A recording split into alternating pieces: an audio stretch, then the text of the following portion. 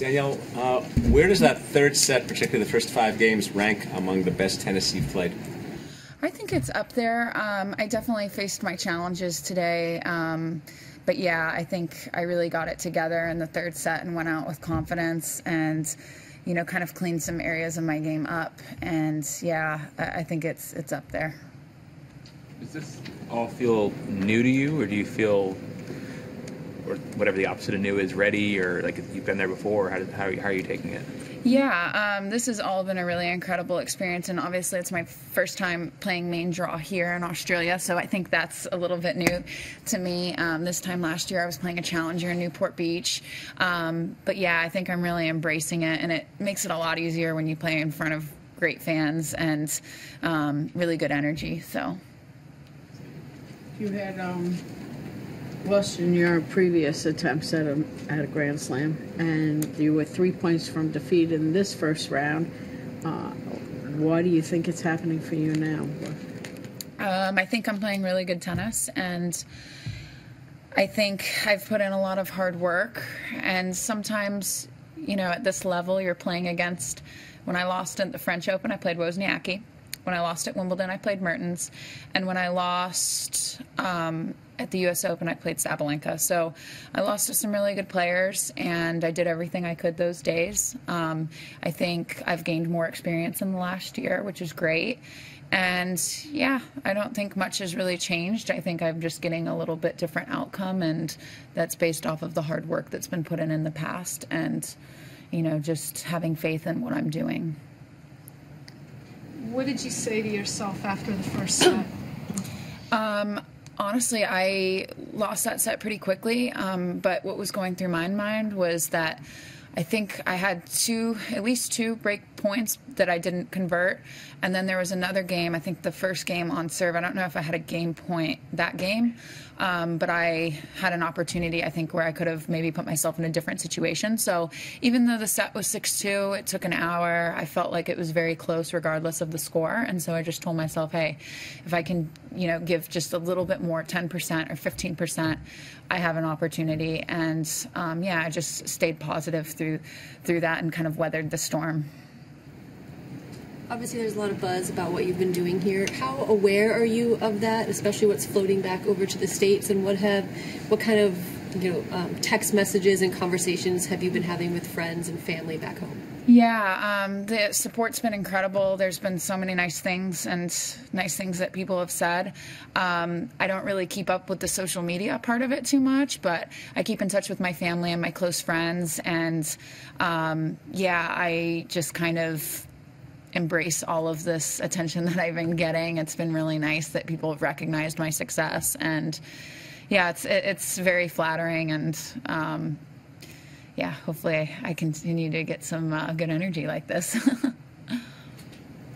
Congratulations. In her press conference, your opponent said that she felt that you were hitting free.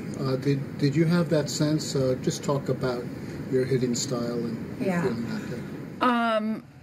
I think her and I actually play a little bit similar to each other. We both look to take the ball early. She came out in the first set, and, you know, quite frankly, the last couple matches I was in positions where I was really controlling from the get-go. And today she didn't really give me an opportunity in that first set to allow me to really take control. So I think she was playing really well. And I kind of had to make some adjustments within my game. The second set, I don't think I was playing totally freely. I was trying to extend the points, make it more physical. There were some tight situations, so that made it even more challenging. She's playing really great tennis, so that had every ounce to do with that. And then in the third set, you know, I knew that she was nervous. I knew that she physically was deteriorating, and I decided that I wanted to play some long points, extend some rallies, and I went after my shots at the right time. But yeah, I think that with how well she was playing today, I think it put me in a situation where I maybe wasn't playing as freely, and I had to, you know, do some other things. What were the other things? What were the early adjustments? Yeah, I think making some technical adjustments with my feet, with my court positioning. I think being a little bit quicker, recognizing the patterns that she was coming up with. She was coming up with some really incredible plays and doing some things maybe differently that my other opponents hadn't been doing. And yeah, just staying tough in the moments and playing some longer points than maybe I had played in the last couple matches. Do you get very nervous anymore? Yeah, I mean, I think nerves are a natural part of it, and you know, I think I embrace it well. I go out fiery and feisty no matter what, and yeah, I think nerves are a part of it for everybody. A little bit of nervous, what do you do? I just try to move my feet a little bit quicker, and I try to show positive energy by kind of jumping around and moving, running through the changeover, stuff like that.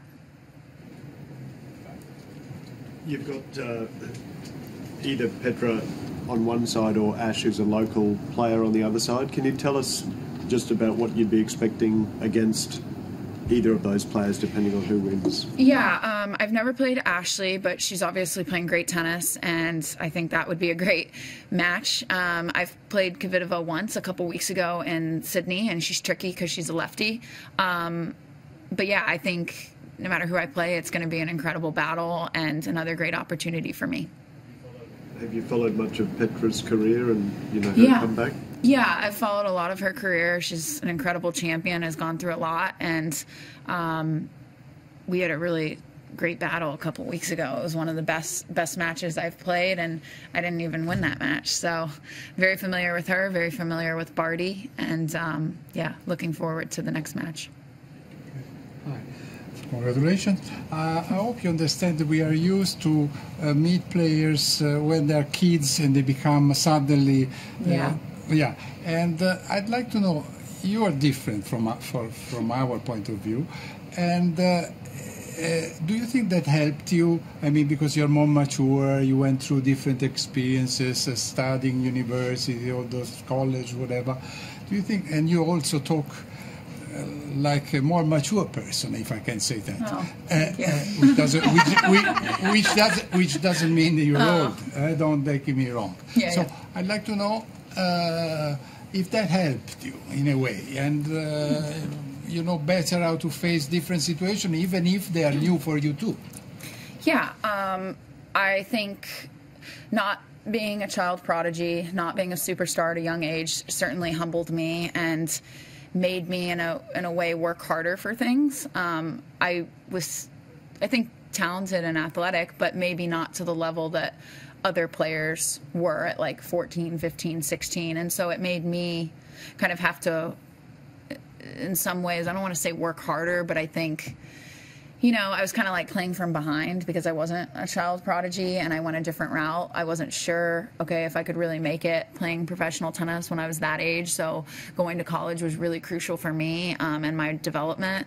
But yeah, I think it's kind of made me hungrier in some ways, like not having that, oh, I've always been really amazing at tennis. It wasn't always like that. I wasn't always great or good or whatever. So I hope that answers your question.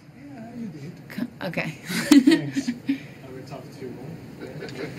Who do you have with you here in your team? Who are you traveling down to this tournament with? I'm here with Matt Kloer, my coach.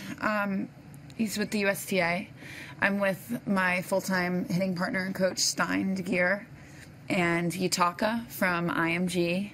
He's a strength, conditioning, and performance coach. And that's it. Yeah.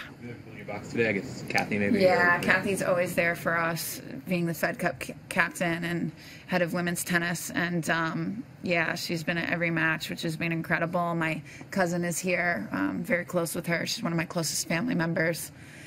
So she flew all the way from Minnesota. Today, she said, I don't know if I'll make it in time for your match. And I said, I think you can make it. So she just put everything together, got on a plane, and got here. Yes. Why did you keep changing rackets? Yeah, I obviously was a little bit out of my zone today, and I felt like at certain times in the match, I was missing balls by a little bit, and then sometimes the balls were really coming off the strings, especially when we were switching balls. So I had all new rackets strung, and I'm trying to do a better job of using fresher rackets because I used to always kind of be like, I don't want to just cut strings out if it's not completely worn down, but I just kind of felt that sometimes they were a little bit loose today. So I wanted to make the adjustment and not wait a couple games when I really got behind. And yeah, I think it made a difference because there were some points where I would miss just some random balls. I'm like, why am I missing? And then I'd switch to the tighter racket, and it helped me by a couple inches. And I think it was smart.